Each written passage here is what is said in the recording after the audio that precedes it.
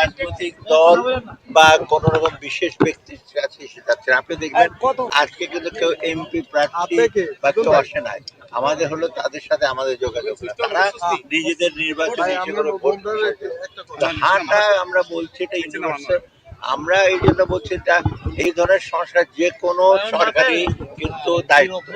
আমরা যে সংস্কারের পক্ষে বলছি আমরা না ইন্টারিম গভর্নমেন্ট অন্তর্বর্তী সরকার, কিন্তু বাকি জিনিসগুলো তো ওদের দায়িত্ব।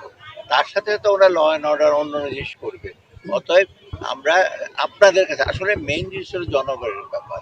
এই এতদিন পর্যন্ত কিন্তু জনগণের স্ট্রেংথ সত্যের ডিনাই করে, যদিও বলে আমরা একটা এলাকা নিয়ে, আমি তো দেখছি অনেক এমপিকে এলাকা থেকে আসেন এসেই তখন বলেন অন্য ব্যাপার স্যাপার। দেখেন 15 সালের পরে 25 সালে যে 11 বছর কিছু করে নাই, আমরাই তো এসে পে কমিশনটা করেছি, কারণ আমরা দেখেছি যে কত বছরে ইনফ্লেশন বেড়েছে, কস্ট অফ লিভিং এসে বেড়েছে অনেকেরই।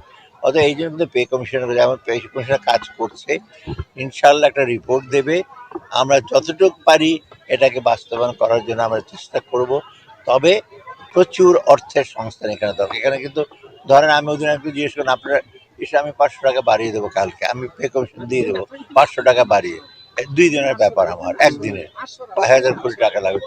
কিন্তু এটা হচ্ছে বড় রকম একটা জাম দরকার হবে। এই 500-1000 টাকা হবে না, ওই অর্থের সংস্থার লোক মহিলা আমরা দেখছি। ইনশাল্লাহ একটা নিউজ আমরা যতটুকু ইস্যু করি আমরা চেষ্টা করবো আগামী। প্রথমত বঙ্গুর অবস্থা নাই। আপনি রিজার্ভ ছিল $18 বিলিয়ন, এখন 32 বিলিয়ন। ফরেন এক্সচেঞ্জ মার্কেট টালমাটাল অবস্থা, স্টেবল, রেমিটেন্স হাই, এক্সপোর্ট একটু মাঝখানে একটু কমেছে কিন্তু এক্সপোর্ট অনেক এগিয়ে গেছে।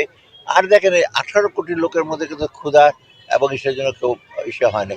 রোজার সময় আমরা একটা ম্যাক্সিমাম জিনিসপত্র ইম্পোর্ট করছি। এনার্জিতে একটু সমস্যা আছে, তবু চেষ্টা করা হচ্ছে।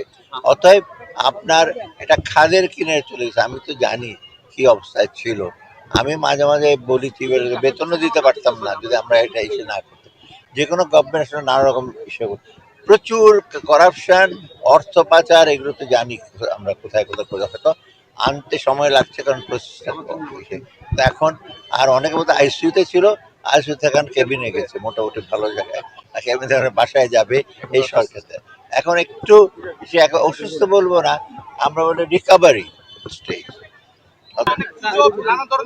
শোনেন, গুজব ব্যাপারে যারা আছে এখন, যে মিডিয়ার যুগ, ফেসবুকে যে কোনো সময় একটা পোস্টিং দেয় অনেক কিছু বলতে পারে, কিন্তু আপনি লোকের মধ্যে উৎসাহ দেখেন। এইখানে আমি পরশুর আগের দিন সিরাজগঞ্জ গেছি, পাবনা গেছি, গুরুদাসপুরে গেছি, সবখানে লোকজন তো বলছে না যে ভোট হবে না।